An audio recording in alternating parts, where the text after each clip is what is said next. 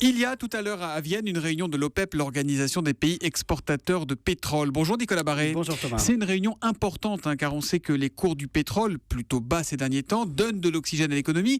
Sauf que depuis quelques semaines, ils remontent ces cours, ils remontent tout doucement. Alors oui, j'ai une bonne nouvelle quand même, c'est qu'il y a toutes les chances que les prix du pétrole restent bas, mais c'est vrai qu'ils sont un peu remontés ces derniers temps. Vous vous souvenez du scénario, Il y a un an, on était à $115 le baril.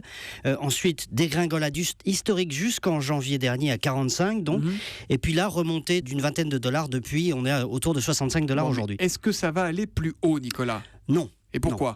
Eh bien parce que toute la stratégie de l'OPEP n'a qu'un seul but, c'est de compliquer la vie des producteurs américains de pétrole de schiste. Alors là, expliquez-nous là. Si vous voulez, les Saoudiens veulent faire mal aux producteurs américains qui ont inondé le marché depuis quelques années. Alors leur faire mal, ça veut dire baisser les prix pour les pousser à la faillite. Et ça a d'ailleurs un peu marché, c'est-à-dire qu'il y a un certain nombre de forages aux États-Unis qui ont fermé parce qu'ils sont plus rentables.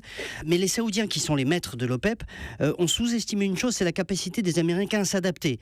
Et c'est ce qu'ils sont en train de faire en ce moment. Et du coup, finalement, ils produisent toujours autant, alors que les prix ne sont pas très élevés.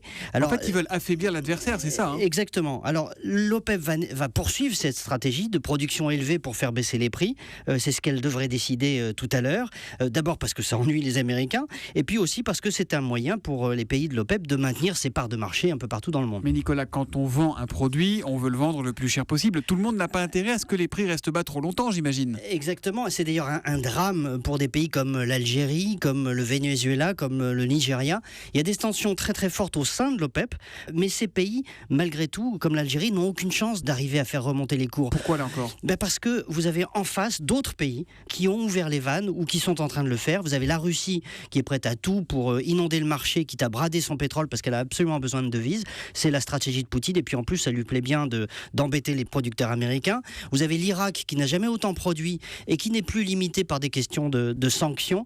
Et puis vous avez l'Iran qui arrive. L'accord sur le nucléaire iranien, ça va déverrouiller le pétrole iranien. Ça va déverrouiller les sanctions. Ils vont pouvoir produire tant qu'ils peuvent, et ils sont eux aussi assoiffés de devises. Donc vous voyez, au total, ça fait qu'on va continuer à produire beaucoup de pétrole dans le monde. Les prix vont donc rester bas pendant sans doute encore assez longtemps. Et après tout, on ne va pas s'en plaindre. Non, on va pas s'en plaindre. Alors j'ai quand même regardé les prix du samplon 95. Oui. Ils ont pris quasiment 20 centimes au litre depuis le début de l'année. Bon, ça devrait pas aller beaucoup plus loin. Exactement. Bon, c'est pas si mal. L'édito éco de Nicolas Barré, directeur de la rédaction des Échos, qu'on retrouve lundi. À lundi, Nicolas. Bonne journée.